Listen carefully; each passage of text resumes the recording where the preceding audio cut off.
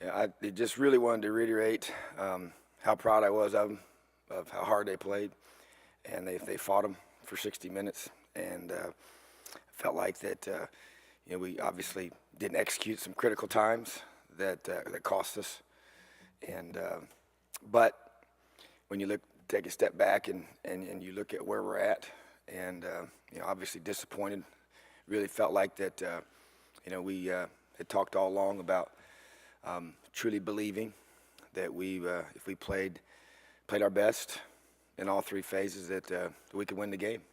And so when you fall short of that, it's disappointing. But I wanted them to know how much I believe in them, and was proud of them. You can be disappointed, but also proud of the effort, because those are the things that you control.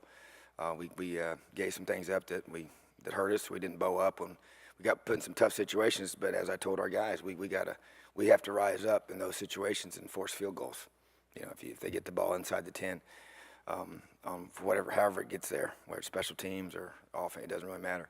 So just getting that mentality, and so that's part of the process of changing the culture and changing the expectation and changing what these kids believe in their mind, what they can do on the field. How would you evaluate Ashawn in his first start? I was impressed, for a true freshman.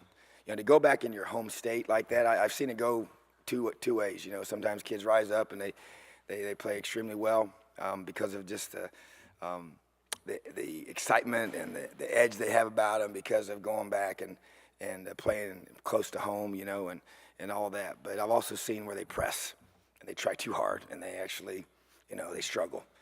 So for him to rise up against the talent that they had at receiver, it was impressive. And then just the toughness, he made tackles, he didn't just cover, so very encouraging for us. He's got length, he's a really good kid too, so very excited for him. And but as the case with all of our guys, it's about players making plays, and he obviously stepped up and was really excited for him to get that pick there at the end, and just need one more takeaway. I think you noted last week that he's a guy who just has really good eye contact when you're talking to him. Is it just that maturity maybe that makes him able to step on the field and I think it helps, yeah, because I think you can't really separate. Some kids, they may be a certain way off the field and they're a different way on the field, but for the most part, guys kind of carry those qualities with them. He's a focused guy, very, very mature young man, and so you can tell a lot. When you hold kids to a certain standard of how they're supposed to practice, and when they don't do that and you get on them, how they're going to respond. And he's been one of those young men since day one that he's really, always responded the right way.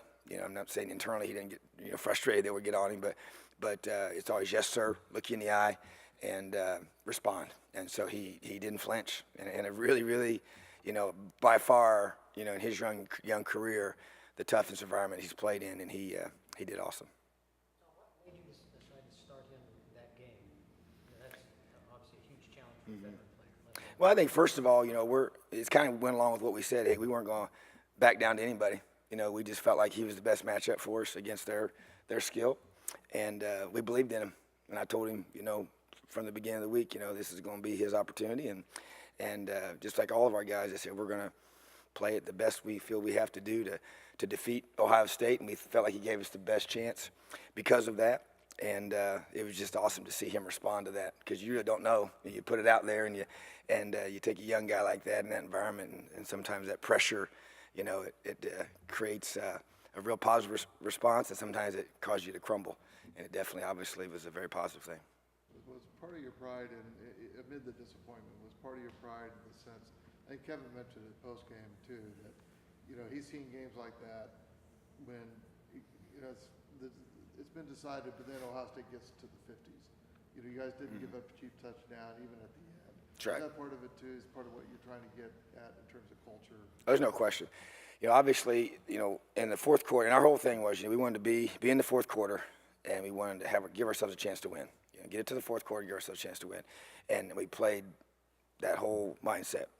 And so you get that last takeaway, and you really feel like, hey, this is it, And then when that doesn't happen, well, how are you going to respond?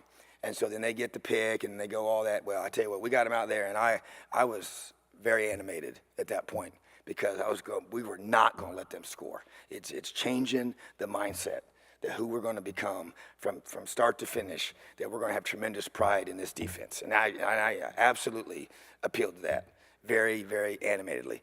And because I felt like that is exactly how we have to think.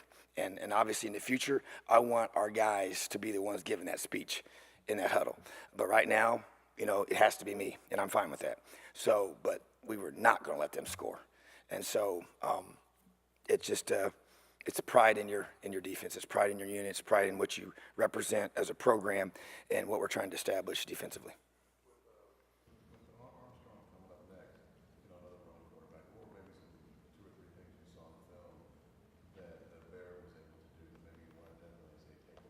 Yeah.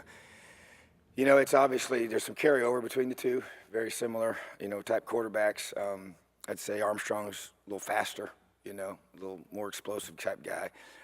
But anytime you run the quarterback, and obviously the way Ohio State runs their quarterback, they're designed. It's not like he's just scrambling around, and so they're going to get extra guy. He's that extra guy that you have to account for at the point of attack, and so I would say, at times, you can't play with 12, and so to get that extra guy there, it involves usually somebody in the secondary, and so getting that guy to the ball and then having him make plays is really the final piece. And so to be able to transfer that to Armstrong, is that we've got to be able to continue to get guys to the football, to be able to get the numbers the way we want them, but we got to be able to finish those plays off, and they're both big, strong guys that are hard to get on the ground.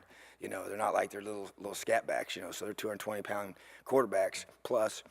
And so to me, there's some schematic things that'll help us, I believe, from going against a guy like this, and also just a matter of understanding where we have to get our fits right, from the back end's perspective. So I do think Armstrong is a little more drop back and create from that perspective, more of a drop back approach. He definitely has quarterback runs for sure, but not to the volume that just by scheme what Ohio State has shown in the past and what they did on Saturday. And obviously they ran him a bunch. And so I think that will help us for sure. But it's also still, anytime, I'll never stop saying this, but anytime a quarterback can run it and throw it effectively, it creates challenges for any defense. And so that's what makes, he makes them go just like Barrett made Ohio State go. And he has a tremendously strong arm too. So I feel like that, last week will help for sure, but he creates some different challenges as well. Know that their health is in doubt. How do guys like Ethan Carter and Jordan Westerkamp help that offense be as two-dimensional? The Westerkamp kid, he gets open and he catches a lot of competitive balls. He just seems to always come down with the ball, So when you're a quarterback, those kind of guys give you a lot of comfort, and you look to those guys. And you got a big tight end that can run and block and catch, and they run reverses with him. So he's not your typical, he's pretty versatile athlete. So I think it obviously gives you once again another comfort level that a quarterback can have, and guys he can just trust that they're going to catch the football, and then they can do something with it once they do. So and they got several other weapons. It's a very good offense. Another very good football team rolling into Bloomington that we've got to have a great week of preparation to be able to be at our best. Can you talk a little bit about the job Mark Hagan's done up front? That unit had a lot of turnover from last season. You didn't have Jake Robinson Saturday. To talk a little bit about what you've seen there. He's done a tremendous job. We knew, I've known him for a long time and knew he was a great person, great coach. And I would say this about Mark. He's relentless. And it never, he has a level of expectation for how we're going to practice, how they're going to prepare, and the kids are responding to him. He's very hard on them, but they know he cares about them, and he just wants them to be special. He wants them to be great, and you see the growth. They're just the physicality to get off at the point of attack. We got to continue to win more one-on-ones. We've got to continue to do a better job of getting pressure. But if you noticed on Saturday, we didn't have a lot of sacks, but Barrett was never comfortable.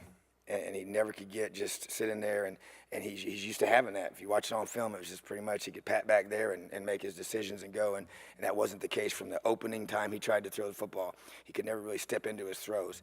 And so the pressure that we were able to get from our front, and we did blitz a little, but not as much. And so that's a tribute to Coach Hagan. And he's just done a great job holding those guys to a high standard. But just like with Ashawn, it's about the young men responding to him, and that's a tribute because we had a lot of question marks coming in this year with that group, and without Jacob playing, obviously shorthanded for sure.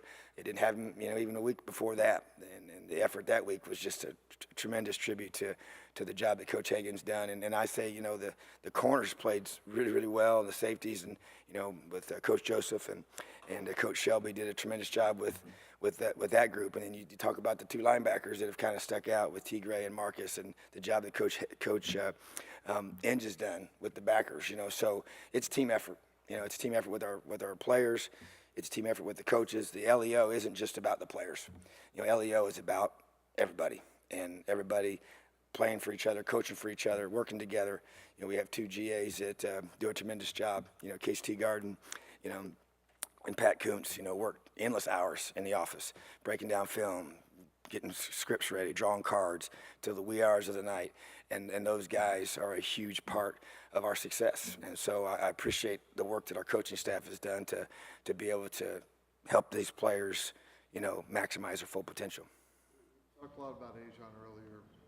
If you have two corners out there, if you can play press if you want to, with those two kids, how much does that help you as a coordinator free up some other things? It helps a lot, and I feel like that, because the ability to play that kind of coverage really gives you a different feel offensively on the windows that you have pre-snap. And obviously, you can, post-snap make things look different. But everything's compressed, and everything's disrupted, and the timing is not what you want. The windows aren't what you really want, and you force the quarterback to make those, decisions after the ball snaps. And so that definitely, we try and you even vary that a little bit. But the bottom line is the ability to do that is a big part of what we do, and so we obviously, we're going to be aggressive in that approach. We had 5 tip balls, and to me that's what we want. We talk about attacking the football. That doesn't mean just raking it, stripping it when they're running it. We're talking about when that ball's in the air, we're going to attack the football. And we got 1 interception off a tip ball. We really came really close to getting the second one. I thought, just even after a while, I thought when it happened live that, man, why didn't we get that one? And then even watching, I feel like, golly, we lost a chance there. And then there was a third one that was close as well. So as I tell our guys, tip balls are pick balls. And that's what we want in practice. And we reward them for those tip balls and those rake attempts and the strip attempts and all the different things about attacking the ball. So, but that coverage that you're talking about, that's part of it, and just trying to play that way. And, yeah, they're going to take their shots. And, you got to just, you can't have your cake and eat it too. You got to be able to understand that's part of the style that we want to play. And that's what we're going to – that was kind of part of what I said earlier. Hey, we're going to go into Ohio State and play our style of defense. We're not backing down to anybody. We're not going to modify things because of certain. We're going to be wise in our adjustments, but we're going to play our style, and kids respond to that. That's another reason why J.T. Barrett might not be as comfortable as he would like because he doesn't see those pre-snap windows. Absolutely, and so that's all part of the big picture, But the kids are executing it and believing in it, and that's why I felt like for me as we jog off the field, to me it was a matter of just continuing to encourage the belief of what the kids are seeing with their own eyes and feeling.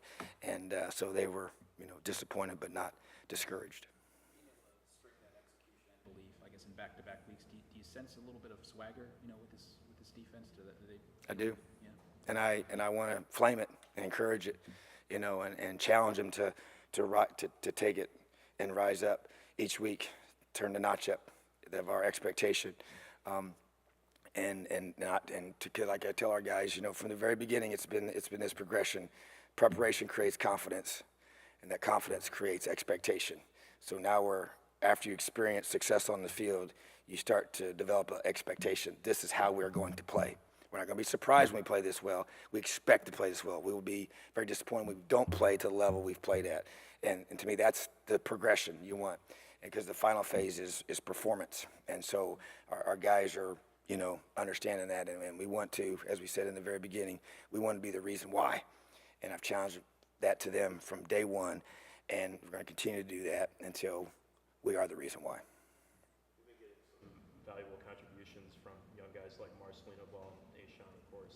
secondary. What traits as a coach do you look for in figuring out where to, when, I guess, to play those younger players and whether or not you have enough confidence in them to make those plays on the field?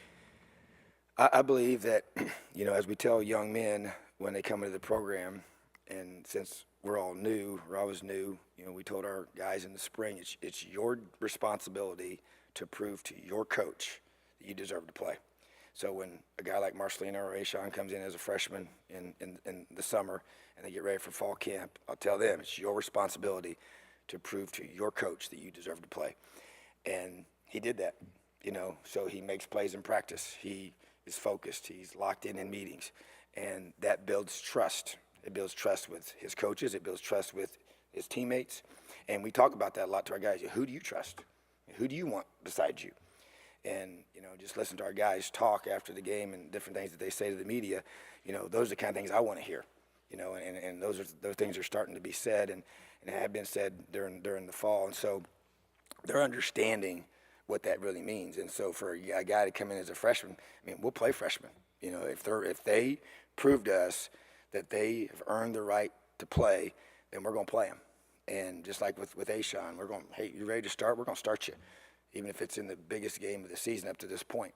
And so that confidence that he has starts with us believing in him. But he's got to prove it to me and prove it to his coach and prove it to his teammates. And that's what he did. Have a great day.